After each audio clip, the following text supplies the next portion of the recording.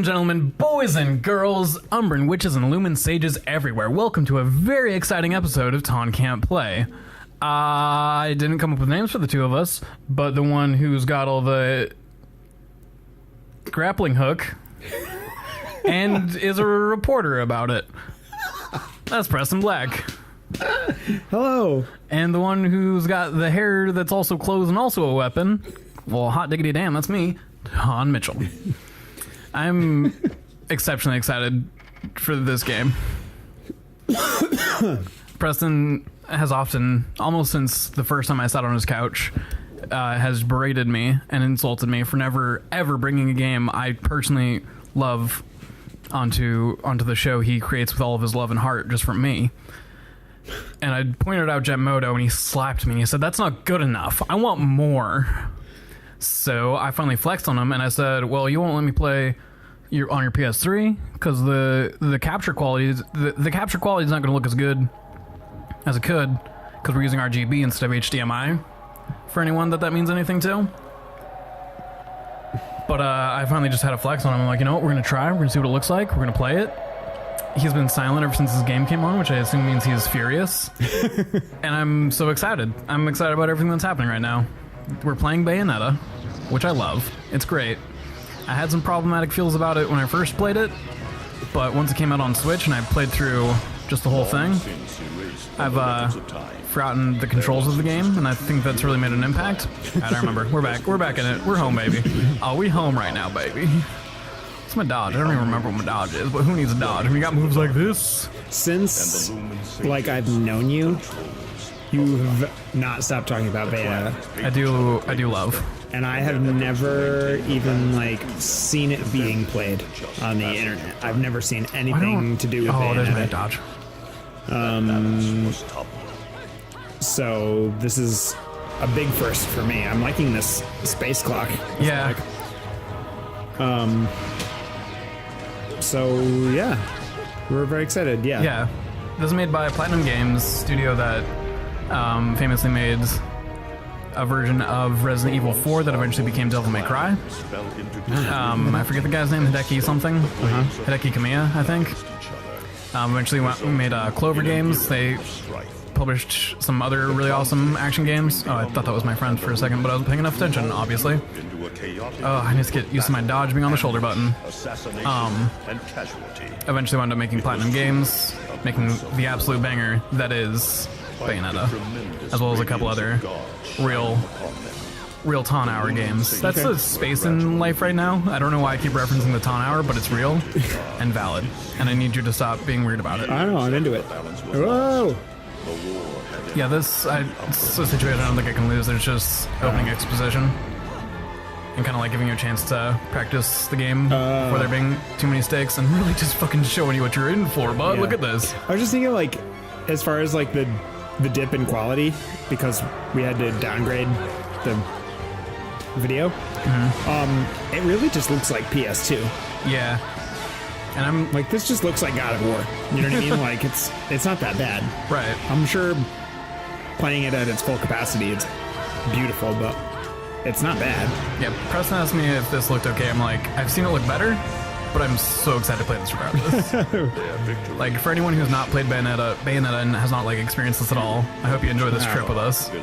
I'm semi-competent at this game. I'm not MLG Pro. I'm not going to get, like, perfects on everything. I'm sure we'll finish the game, but there's going to be some continuous for sure. Yeah, this is cool. I'm into this. I did in a bad spot for this scene, huh? Like, I don't normally go for, like, action beat 'em ups, but I don't know. Every once in a while, like I've mentioned, I like God of War. You know, just fine. More for its aesthetic than for its gameplay. If you like aesthetic, you're in for a motherfucking treat.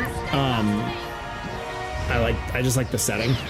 We gotta wear like, but I don't know if I've actually talked about it very much or if at all on the show, but I recently finished Darksiders. Oh, I need to play that because Darksiders 3 looks like. Yeah, it sure does. And I haven't played Darksiders 2, but I'm really excited for that too. And that was a lot of fun. And it's cool because it's like a fun beat 'em up, and like it's structured well, and it plays really fun. So it combines like a fun romp through a beat 'em up with my like that setting of like post-apocalyptic like urban decay that I really like. Okay. Yeah, it's cool. Present day. Should I be paying attention to this or? There exists a plot in this game Okay. that I think really delivers towards the end. It's kind of it's some amnesia bullshit where she doesn't remember her past, and narratively a lot of characters take advantage of that, so it's kind of like doo-doo nonsense until towards the end when threads start connecting. Okay. But I mean, there is plot. If you want to like pay attention to it, it'll pay off eventually. Okay. I don't think there's any voiceover. Yeah, I think if there's voiceover, there will be captions, which will probably help you out a little bit. I've played, this is my third or fourth time through this game, Okay. which isn't a lot considering it's like one of my faves, but it's enough that I probably won't stop and read shit. So I invite you to do so. I can provide the entertainment over. Yeah, please. And like if it's slowing down the pace and you want to just like give me the Cliff's notes, that's fine too. Yeah. I forget if I mentioned this before or after we began recording, but in the or it was before we started recording, before the Switch version came out with Bayonetta 2, which I'd not gotten to play because I never played, or I never had a Wii U. I was reading all things Bayonetta leading up to it, and I learned that this is the least favorite version of this game because few dropped frames, and also what you've seen already, some load times. So I'm sorry, there can be some load time. We did just play Cold Fear, which has nightmarishly long load time, so I only feel so bad about it. And we all got through that more or less intact, so... We've learned about the real Taun hours, which I'm really excited to explore that space, but I don't know what it's going to take to get me back there. I've been there before on the show, I just didn't have a name for it. I think when I finished a couple fights, the cheeseburger fight on Legend of Zelda, and probably when I finished Legend of Zelda, I've also been back in that place. Okay. I think I was there briefly. I was at the door of it when I beat the ghosts on Metroid. Is that like when something is like so tense and you like finish it that you just have that like that like breath of the wild? Yes. Yeah, that just that drop in tension. Yeah, where I'm just cranked all the way up and then I'm just so relieved. It's true relief. I'm reminded of when I finished Castlevania Dracula X at Night Marathon, and I actually like jumped up out of my seat. You like leave your body for a second. Controller, you lose control. Like took a victory lap.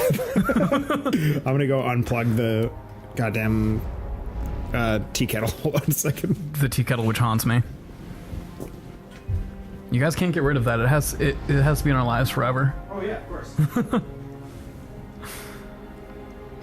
Yeah, I mean, it's a place. I think other people experience it because I remember beating the hamburger boss, I think it was, on Zelda, and I literally just immediately threw myself on the ground. And I wanted to stay there for longer. It was just the realization that one quarter of my ass was hanging out that brought me back so fast. But I did not plan to throw myself on the ground. I was just suddenly on the ground. Oh, I like this guy. Yeah. Danny DeVito, basically. I still don't get why the hell you dragged me out here for these things. I just drop off the merchandise. Hey, come on. Reading the good Lord's book ain't gonna do much. People been waiting for this asshole to get whacked for ages. Wait. Is the story of this game good? Look around. There's no love lost for all. Or do you just enjoy playing it? But you gotta keep the outfit happy. The story is good. They take care of us. It's acceptable. I don't think Bayonetta 1 knocks it out of the park completely. Bayonetta 2 I think has a very good story. It fucked me up when I finished it. Not like emotionally, but just like blew my fucking mind. And because that story couldn't exist without this story, I want to call this story good, but it's not a great story. Okay. It's fine. If it were me, it passes. I'd be praying he ends up barbecue. Or at least sunny side up. No. I've never really made a call. Do we talk over cutscenes or no? I don't know. I don't know what to do. Oh, I don't know. I'm panicked. I'm shooketh. Oh god. What's gonna happen? There are a few voiced cutscenes. There aren't many like this. A lot of them are just like storybook style. Okay. Cute little fuckers, I tell you what. Whoa. Cute little fucker. He's talking about his kids. He loves his kids. Language. Adios. He does crime so he can provide for his kids. Relatable, I guess. Yeah. I guess. They're here for this douchebag. Ah, I hate this damn light. I can't see a thing. As it's like dim and overcast. There, ain't they? You hearing me? You can see them, can't you? I see them. Dude, this is about to They are get hype. instruments of Is God. it? There's a part of my life that wants you to turn it up and just crank out the jam, but I understand why we can't. Dear Lord, grant us guidance and keep safe the souls of our loved ones for all eternity. This game is lit. Okay.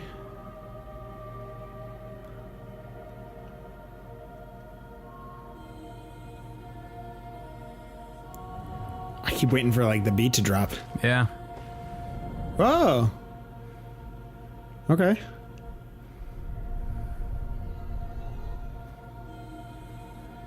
He's tripping. Same. He's like, what happened? What happened next? Ooh. Okay. So it's kind of hard to read, especially because the graphics are lowish. She's just gone through a portal because that character couldn't see these monsters coming down, and he can no longer see her now that she's gone through that portal. Okay. It's kind of like a parallel universe thing. Okay. Kind of like unseen universe. I don't know what the right term would be.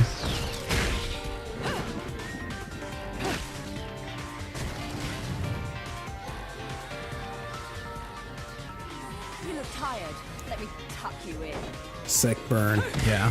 She's got the one-liners. She's got Okay. them. So he has no idea. He's just like running away from like what Yeah. things happening around him, Basically. like stuff getting. Oh, I see. Ah. Oh, that's cool. I don't think it's telegraphed very well, even playing this like on the Switch. That like he doesn't truly know what the fuck's going on. He's dealt with. I mean, he could tell what was about to happen. Yeah. But he can't actually see what the fuck. Ugh, that's terrifying. Forgive me, Hitman. I didn't mean all that humpty-dumpty shit. I swear. Whoa.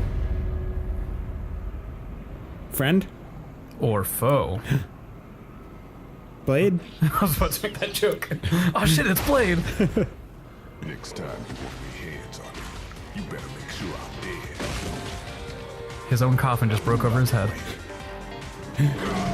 Whoa. Whoa. Oh, darling. If it ain't my good buddy Enzo, how about you get out of here? I'm gonna need that jacket. Thank you. You die, and I'm gonna have to go back in that hole chasing after the money. If you die, I will bring you back from hell. Do you naughty little angels deserve a good spanking? This is ridiculous. I've heard people describe particularly Platinum games as spectacle fighters, and yeah, or spectacle action games. So welcome to why it's easy to write off this game. For sure, male gazy.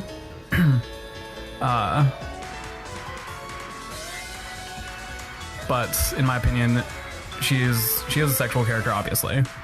But I think she's very in control of her sexuality, and the male characters in the game never have control over her, or are able to use her sexuality to gain advantage over her, if that makes sense. Like, there's a lot of quips going through, and I think they do a better job of portraying it in Bayonetta 2, which is a bummer.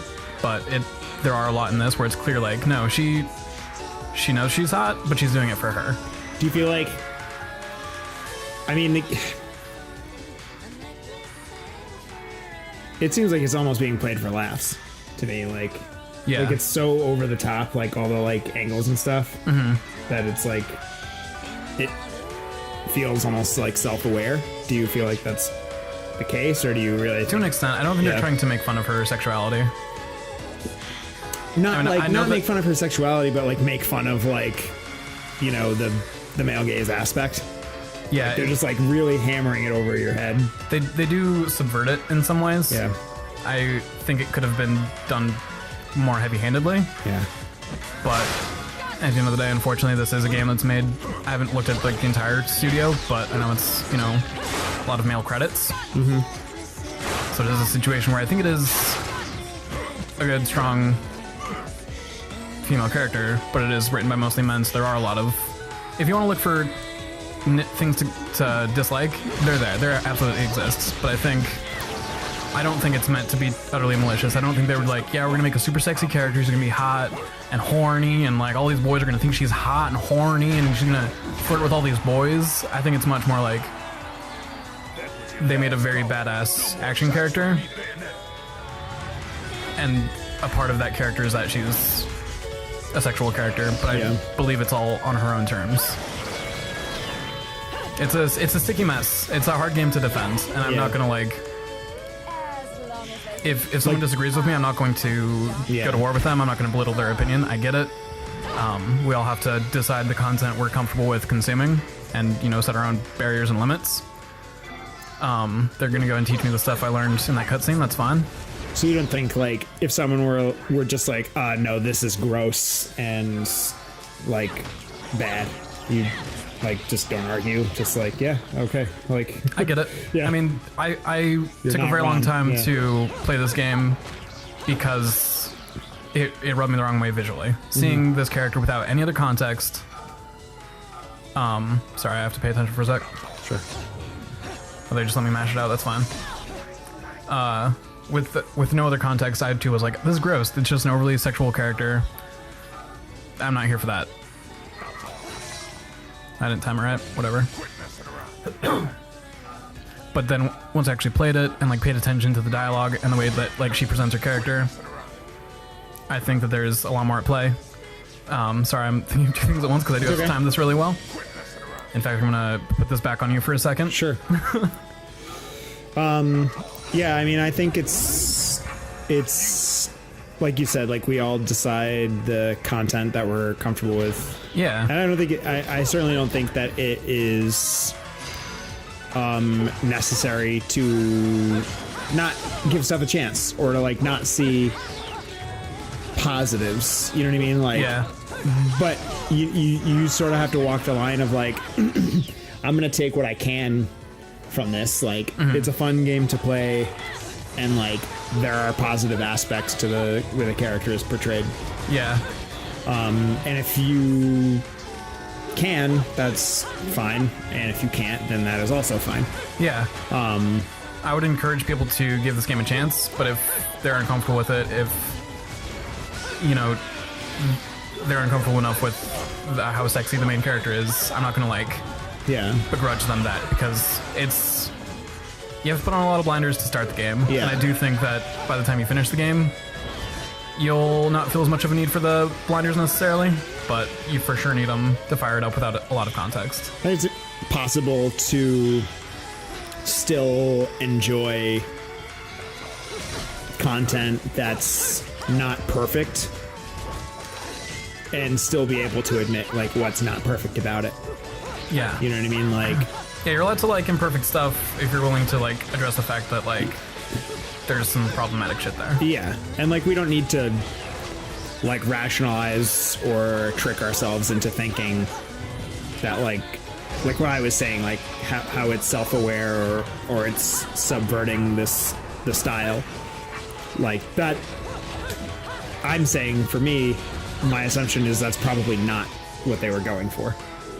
So whether that's what it is or not, it's sort of incidental. Like, but I don't have to be like, no, whoa, and start making excuses for it. Right. You know what I mean? Like, to me, it seems goofy and to the point of like, it's not sexy. Yeah. It's silly. You know what I mean? Like, And it's they're like doing sexy stuff, but in a way that's like over the top and bombastic and like ridiculous. and the only reason I like have pushback on that approach to it. Is because like I feel like anime especially gets away with that a lot, where it's like it's a gross thing and people are like, no, it's subverting the genre. Like Kill la Kill's one where I can't make it very far into that series because it just grosses me out. Sorry, it's teaching me a thing. Yeah. But like I'm not gonna sit through this gross thing because it's allegedly subverting it somehow. Right. Well, right, and there's an aspect of that where we're going a little bit long, but just to finish this line of thinking. Like there's subverting and then there's like using your subversion to just like do the same thing. Like case in point is I remember on Feminist Frequency and Anita Sarkeesian was talking about like damsels, right?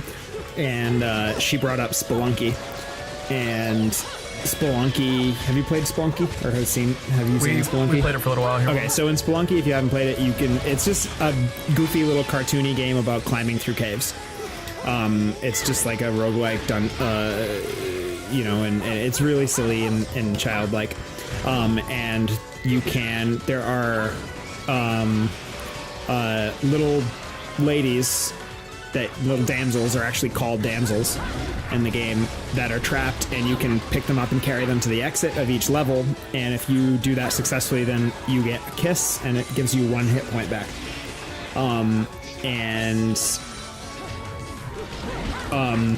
In the like most recent version of the game, which I'm misremembering, I think, but that there was like an older game with Spelunky, and then they like redid it for PlayStation 3. And in that version, there you can go into the options menu and change it so that it's not always just a woman. You can change it to where it's a hunk or a pug, a dog who gives you a kiss. And you can select each one specifically, or you can set it to all three to occur randomly. Okay. But the default setting is that it's just exclusively a woman that you rescue. So in doing that, it's sort of taking the idea of like rescuing a damsel and like making it silly and like calling itself out by you being able to like change who and what you're rescuing. But her point was, if you're doing something that's like old and like dated, like a trope that's old and dated, in a way that's like calling itself out and sort of like satirizing that idea, you're still doing it. Yeah, that's not a free pass. Right. It's not a free pass. You know what I mean? Like you're making like rescuing a woman and getting healed by something inherently sexual, a kiss.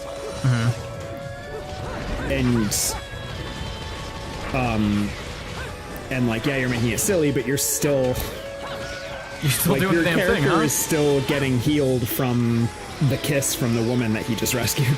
Yeah. You know what I mean? Or they, I should say, because you can select any number of different characters in that game, including robots. But again, the default is a little explorer guy. So that point here, like, I'm not paying attention. they may have in some fashion designed this to be bombastic and like sort of calling itself out with the sexuality of the character, but they're still doing it. There's still crotch shots, there's still butt shots, and that's why I hesitate to call it. I don't think they're attempting to subvert a genre. I think they know exactly what they're doing. Yeah. And that's specifically why I hesitate to call it out, because Yeah. that weakens the impact of having like a strong sexual female character. Right. Women are allowed to be hot if they want to. Yeah. And it's not just because there's a hot character and we're trying to be, PC and understanding, we should not take that away and be like, she's not allowed to be sexy.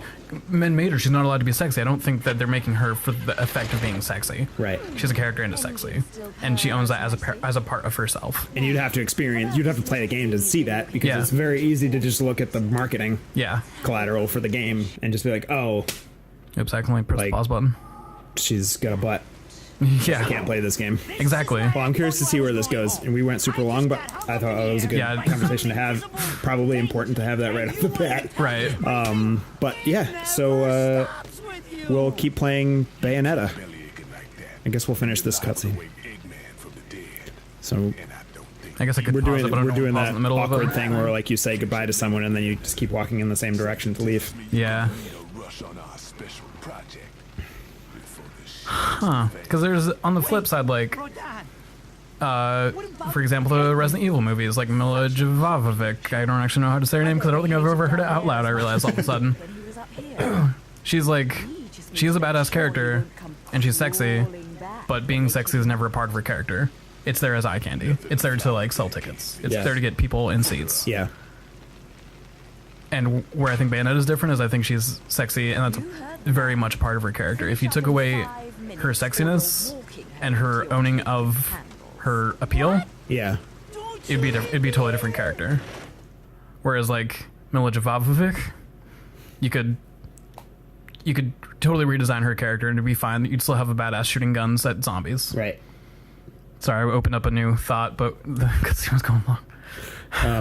No, it's cool. I totally get what you're saying. See you guys on the next episode, Yeah. where we'll probably keep talking about stuff we don't necessarily have the most authority on.